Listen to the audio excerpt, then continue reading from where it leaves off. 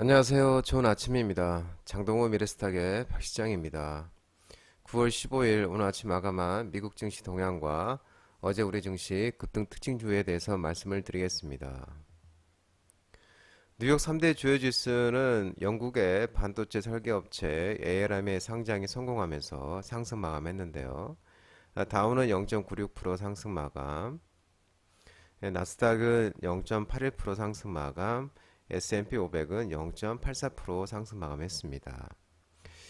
이 8월 생산자 물가지수 PPI도 발표가 됐는데 예상치를 웃돌았습니다. 그럼에도 불구하고 영국의 반도체 설계업체 ARM의 이 상장 성공에 상승 마감했습니다.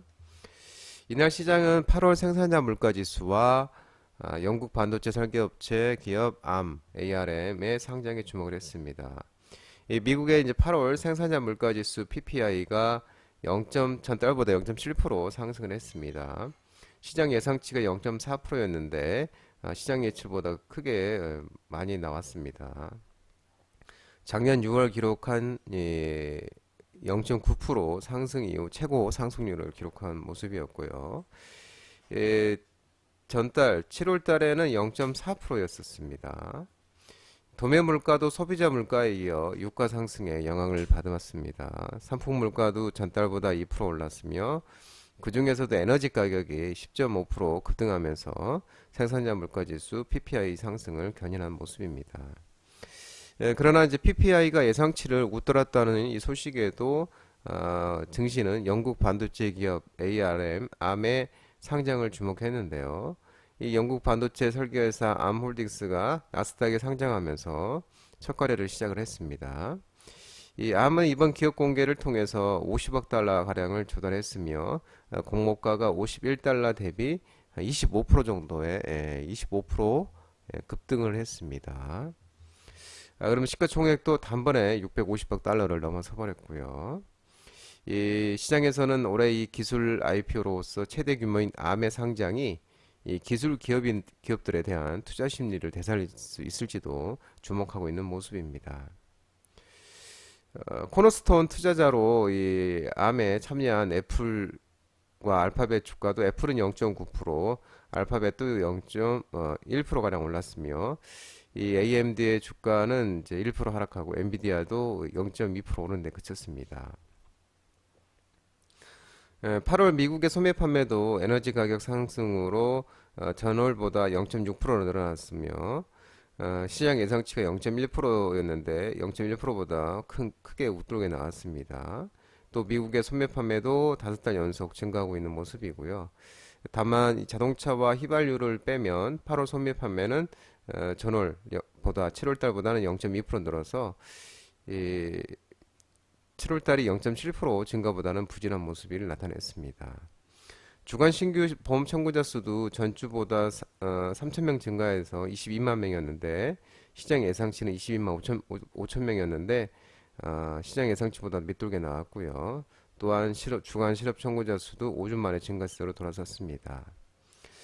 다음에 말 ECB가 연준의 FOMC를 앞두고 금리를 0.25포인트 인상했는데요. ECB는 유럽 중앙은행은 이제 10회 연속 금리를 인상했습니다.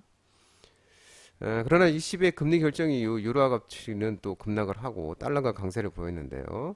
또 독일 국채 금리도 하락을 했습니다.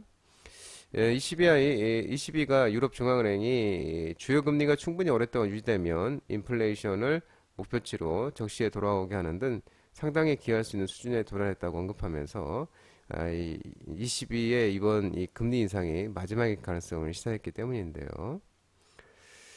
다만 이제 유가가 오름세를 보이는 점은 인플레이션 우려를 다시 강하게 하고 있습니다. WTI 가격이 작년 11월 이후 처음으로 90달러를 돌파를 했습니다.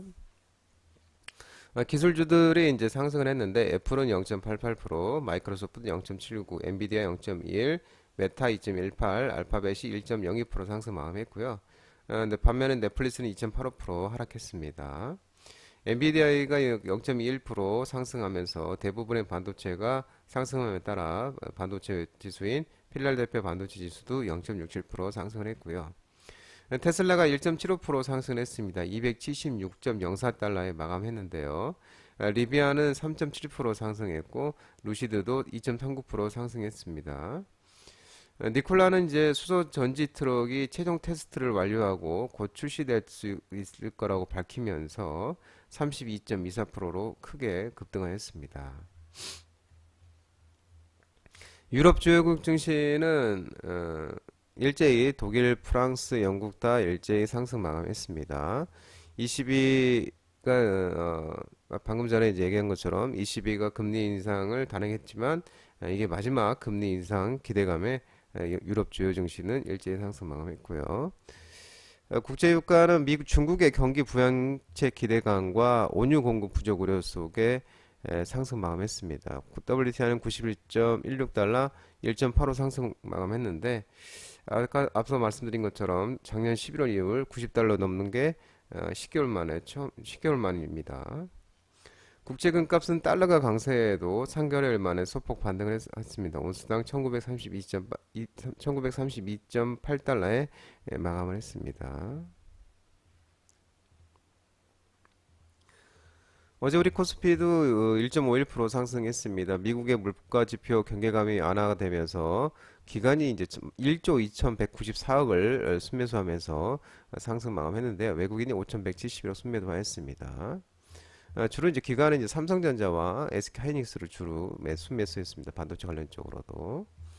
어제 초전도체 관련 종목들이 간만에 반등이 나왔는데요. 덕성이 이제 급등을 했는데 정부가 10월달 하이퍼 튜브 에타와 그리고 에타의 타당성 조사를 말합니다. 예비 타당성 조사 그리고 방사성 가속기 글로벌 허브 구축 등의 초전도체 관련주들이 또 어제 더 간만에 반등이 나왔고요. 일동제약이 급등이 나왔는데 연구개발 조직 물적 변화 결정 소식에 비용 절감과 비용 효율화 기대감이 지속되면서 일동제약이 또 급등이 나왔습니다. 한솔케미칼은 삼성 디스플레이와 LG 디스플레이가 아이폰 15에 OLED 패널 대부분을 공급한다는 소식에 의해서 OLED 테마 관련주로서 급등하였습니다. 코스닥은 어제 1.90%로 900선 가까이 상승했고요. 외국인과 기관의 순매수에서 상승 마감하였습니다. 특징주를 살펴보면 윌링스가 상한가를 갔는데요. 파산 신청 기각을 하면서 거래적의 첫날 상한가를 갔고요. 엔젠바이오가 상한가를 갔는데 알츠하이머 조기 진단 기술 및 특허가 출원시켰다고 그러면서 엔젠바이오가 상한가를 갔는데요. 엔젠바이오는 장동 대표 유튜브 라이브 무료 관심주로 말씀드린 종목이죠. 앞서 말씀드린 것처럼 초전도체 관련주들이 이제 좋은 흐름을 보였는데 초전도체가 상한가를 사람이 상한가를 갔는데요. 정부가 10월 하이퍼 튜브 에타 예비 타당성 검사, 예비 타당성 조사와 그리고 방사성 가속기 글로벌 허브 구축 소식 등의 초전도체로 상한가로 이제 사람이 갔는데 이제 하이퍼 튜브가 뭐냐면 하이퍼 튜브는 꿈의 이동 수단입니다. 그래서 이 서울과 부산을 30분 만에 갈 수 있는 이제 그런 열차인데요. 이게